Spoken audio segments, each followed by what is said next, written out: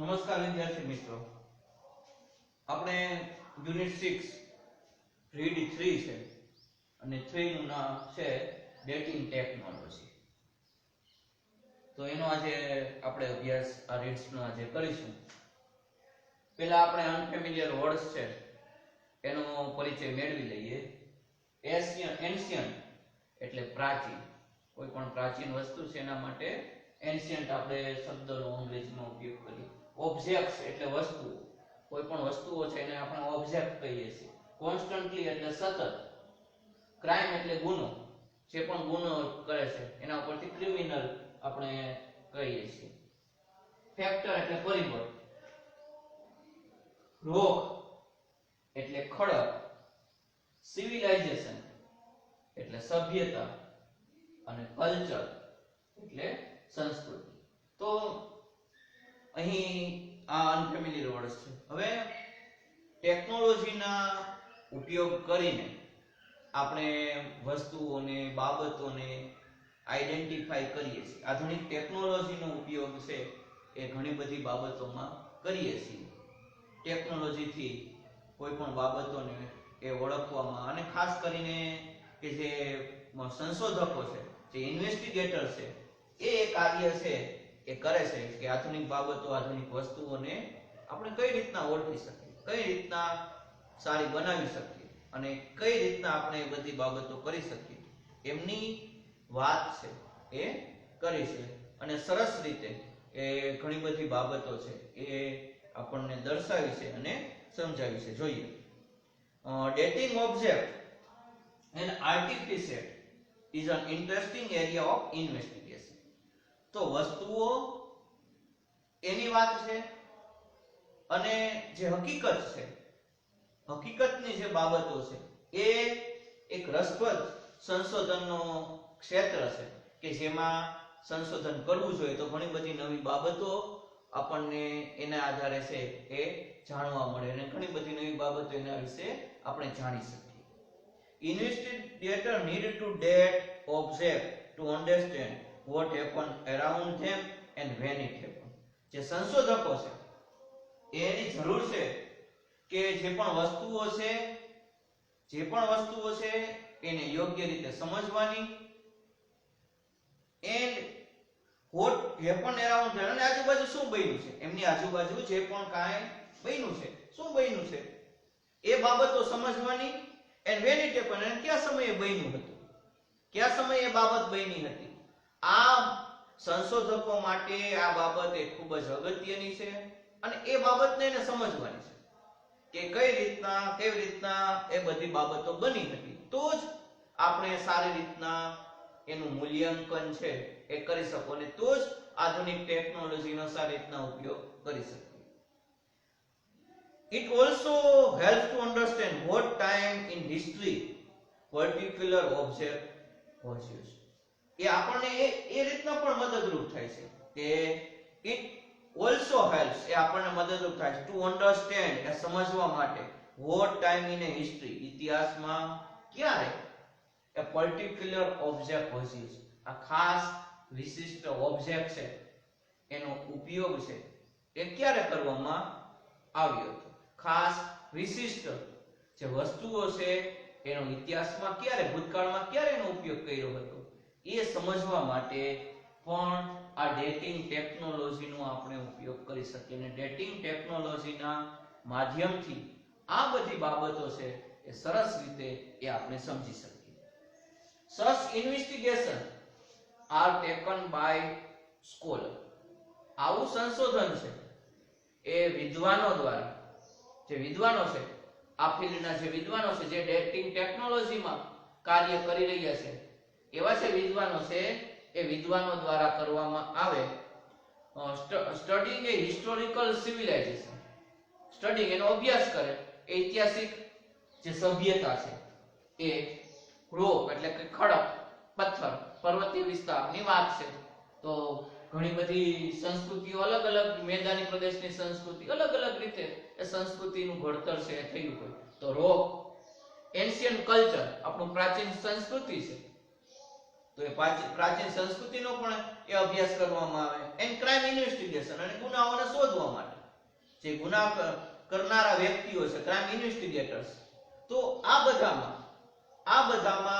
બધા ક્ષેત્રોમાં એ કાર્ય જે વિદ્વાનો છે, કે આ જે ક્ષેત્રના વિદ્વાનો છે, કે જુદા જુદા ક્ષેત્રના જે પણ વિદ્વાનો છે, એમનું આ કાર્ય છે હંમેશને માટે હોવું જોઈએ. તો જ સારી રીતના સરસ રીતે એ સમજાવી શકીએ, અને એ બાબતો આપણે સારી રીતના તો જ એ સમજી શકીએ. એના પછીના પેરેગ્રાફમાં જોઈએ, several techniques are used to establish age of various ancient objects and artifacts.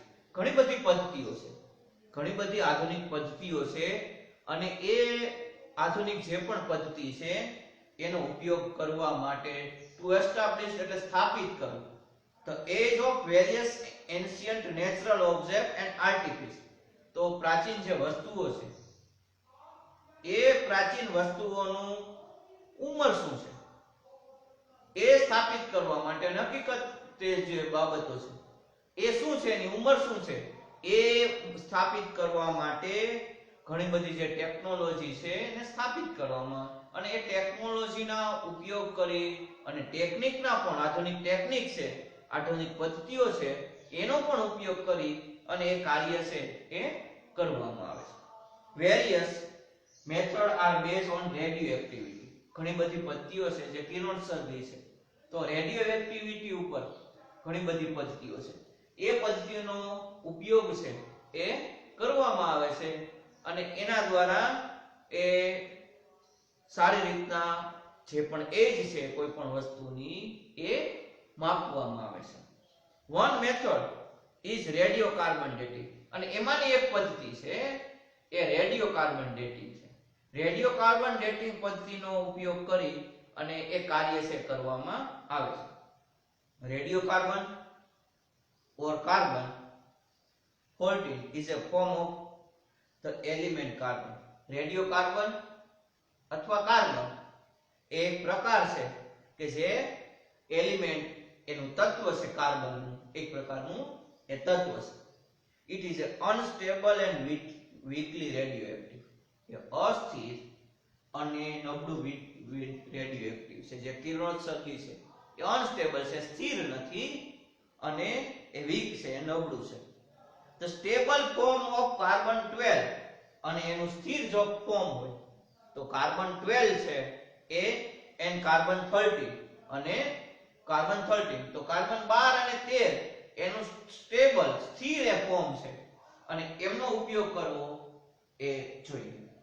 Carbon 14 A constantly stay a form and then change in upper atmosphere. Carbon 14 carbon 14 છે એ સતત છે, એ પ્રકાર છે ફોર્મ એનું લે છે, એન ચેન્જ અને પરિવર્તિત થાય છે, એમાં ફેરફાર થાય છે. ઉપરના જ્યારે વાતાવરણમાં જઈએ ત્યારે એમાં પરિવર્તન છે એ આવે છે, એમાં એ ફેરફાર છે એ થાય છે. તો આ ટેકનોલોજી આધુનિક ટેકનિક છે, એ ટેકનિકનો ઉપયોગ કરી અને જે ઉંમર છે એ માપવા માટે વસ્તુઓની, આર્ટિફિશિયલની, આ બધી બાબતો છે, અને ખાસ કરીને એજ માપવા માટે એમનો ઉપયોગ થાય છે. Plant and animal take carbon 14 throughout their lifetime. છોડ અને પ્રાણીઓ છે એ પોતાના જીવન દરમિયાન કાર્બન 14 છે, પોતાનું સમગ્ર જીવન છે એ સમગ્ર જીવન દરમિયાન કાર્બન 14 છે એ લેવામાં આવે છે. When they die, they stop exchanging carbon. જ્યારે તેઓ મૃત્યુ પામે છે, એનું જ્યારે મૃત્યુ થાય છે ત્યારે કાર્બનની એક્સચેન્જ કરવાની, અદલા બદલી કરવાની બંધ થાય છે. and their carbon 14 start, અને કાર્બન 14 છે એન સ્ટાર્ટ શરૂ થાય ડીક્રીઝ, ઘટવાનું એ ઘટાડવાનું શરૂ થાય છે. એટ એ રેટ, એ દરે, determined by the law of radioactivity, અને એ નક્કી થાય છે, ડિટરમાઇન થાય છે the law of radioactive. તો રેડિયોએક્ટિવ છે અને એના જે નિયમો છે, એનો જે લો છે, એમનો જે નિયમ છે, એના આધારે એનો રેટ છે, એનો દર છે એ નક્કી કરવામાં. This method is designed, આ પદ્ધતિનો ઉપયોગ કરવામાં આવે છે, આ પદ્ધતિનો ઉપયોગ કરવામાં આવે છે to measure this એવો રેડિયો એક્ટિવિટી. આ પદ્ધતિનો ઉપયોગ છે એ કરવામાં આવે છે. બાકી જે રેડિયો એક્ટિવિટી છે એ રેડિયો એક્ટિવને માપવા માટે આ જે પણ પદ્ધતિ છે આ પદ્ધતિનો ઉપયોગ છે એ કરવામાં આવે છે.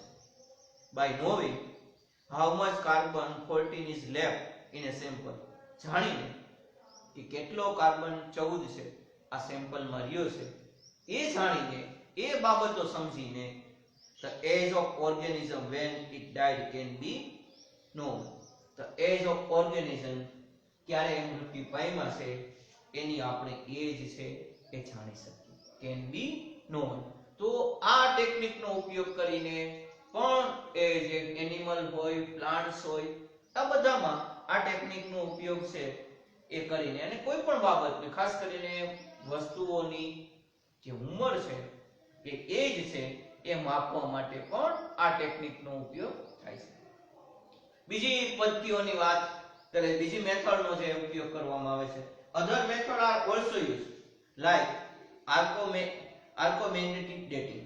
બીજી પદ્ધતિઓ છે જે આર્કોમેગ્નેટિક ડેટિંગ છે એ પદ્ધતિનો ઉપયોગ પણ કરવામાં આવે છે. અને કઈ રીતના? આર્કોમેગ્નેટિક ડેટિંગ પણ એ જે પદ્ધતિ છે કે જેના માધ્યમથી આપણે એ પૃથ્વી સાથે જોડાયેલી બાબતો છે જે મેગ્નેટિક રીતે એ ચુંબકીય જે પૃથ્વી સાથે જોડાયેલી છે એમની વાત એ આર્કોમેગ્નેટિક ડેટિંગમાં આવે છે. તો આ પદ્ધતિનો ઉપયોગ પણ કરવામાં આવે છે. This is based on a reversal magnetic field of earth. This is based એના ઉપર આધારિત છે કે પૃથ્વી સાથે ચુંબકીય દબાણથી એ મેગ્નેટિક રીતે જોડાયેલી છે, જે ગુરુત્વાકર્ષણનો નિયમ છે એમના આધારે જે જોડાયેલી છે એના ઉપર એ આધારિત છે. Three ring dating is also another useful technique. અને three ring dating છે બીજી એ ઉપયોગી એ પદ્ધતિ છે. એ પદ્ધતિનો પણ ઉપયોગ કરવામાં આવે છે. એવરી યર ચેન્જ ઓકર, દરેક વર્ષે પરિવર્તન થાય છે within a ટ્રી સાથે by factor like the rainfall, પરિબળો જેમાં કે વરસાદ પડવો. This change can be seen, અને આ પરિવર્તન એ આપણે જોઈ શકીએ છીએ in a form of a ring pattern. આ પરિવર્તન છે એ આપણે જોઈ શકીએ છીએ એ ring pattern છે, એ પદ્ધતિ છે. within the tree trunk, tree ની સૂંઢ છે, વૃક્ષમાં આ ring pattern છે એ જોઈ શકીએ. તો this change can be seen, આ પરિવર્તન આપણે જોઈ શકીએ in a form of ring pattern within the tree trunk. These are used, આનો ઉપયોગ છે એ કરવામાં આવે છે as a dead fingerprint in this technique. Fingerprint તરીકે આ જે પદ્ધતિ છે એ આ પદ્ધતિનો ઉપયોગ. તો સરસ રીતે ડેટિંગ ટેકનોલોજીના માધ્યમથી ઓબ્જેક્ટ, એની એજ, આ બધી બાબતો ઓળખવા માટે આપણે ઉપયોગ કરીએ. Thank you.